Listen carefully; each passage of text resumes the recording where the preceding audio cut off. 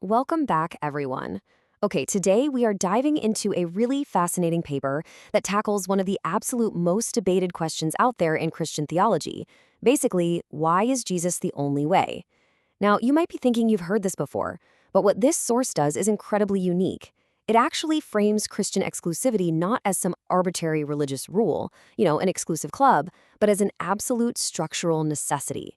And it does this by pulling from an ancient framework known as the Divine Council Worldview. We're going to break down this massive cosmic rescue mission step by step, exactly how the author lays it out.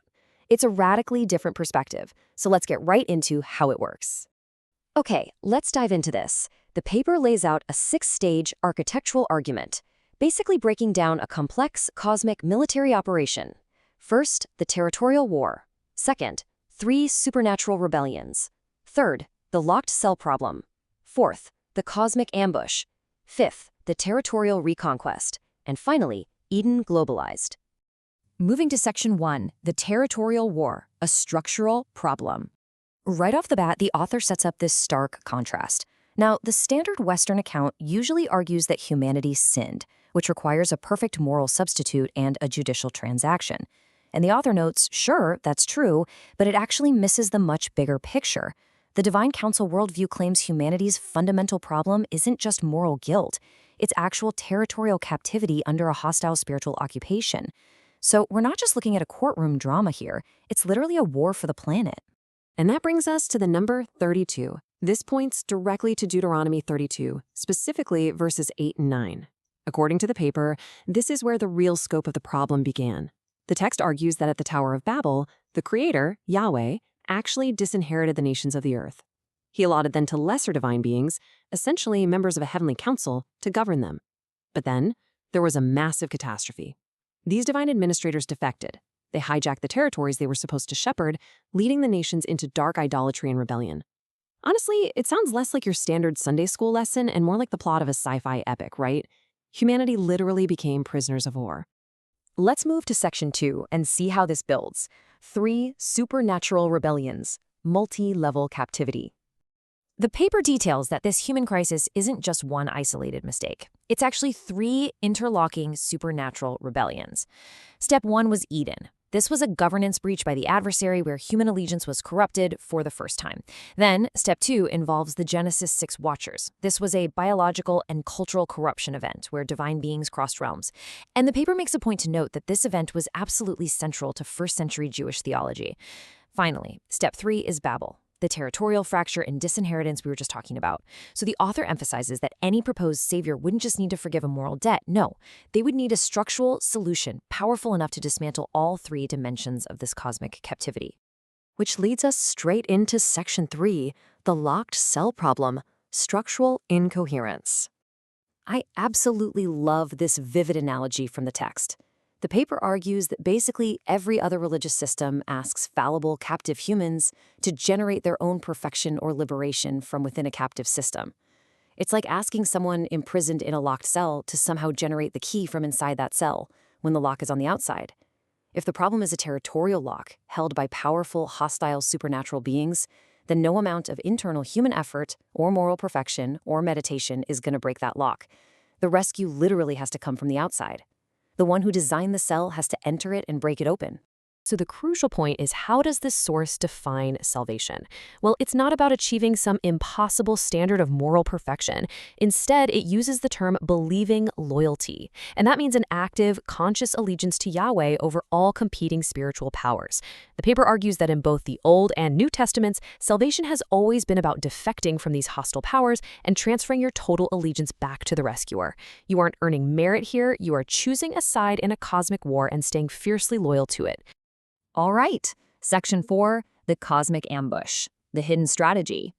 The author argues here that God couldn't just send an angel or a prophet to fix this mess. You can't send a being who operates on the exact same level as the captors.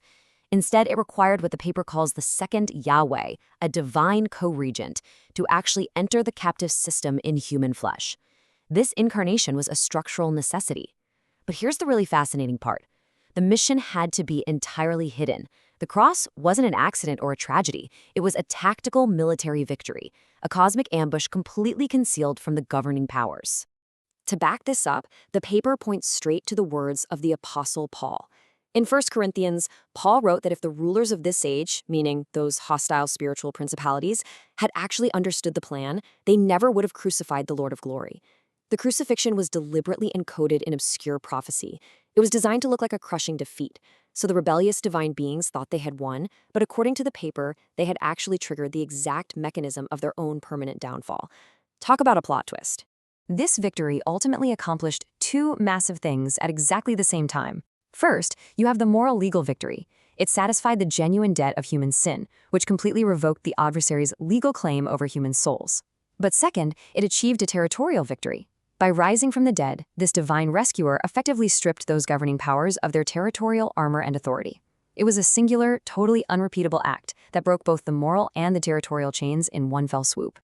Moving on to Section 5, the territorial reconquest, the Great Commission.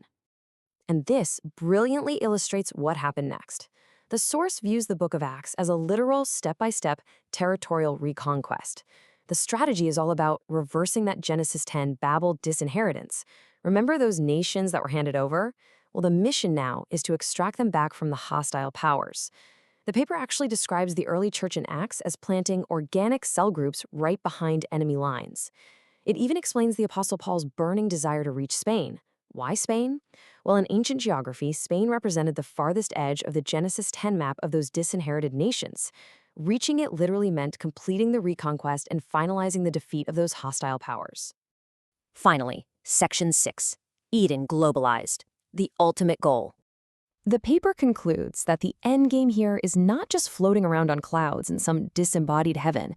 No, the destination is the total reclamation of the physical world. It's Eden globalized. Yahweh's ultimate goal is to restore the planet to its pristine state, completely displacing every single rebellious power.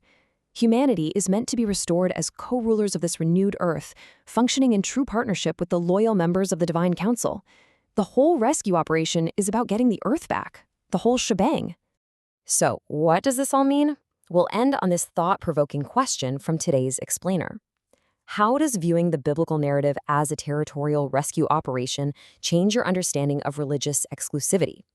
The paper presents a really compelling case that the Christian claim isn't about an arbitrary VIP list. It's a structurally precise architectural necessity, a cosmic rescue that only one specific figure had the nature, the authority, and the strategy to actually pull off. It completely shifts the framework of the whole modern debate, doesn't it? I hope this structured breakdown helped illuminate the source material for you. Keep learning, keep questioning, and I will see you on the next explainer.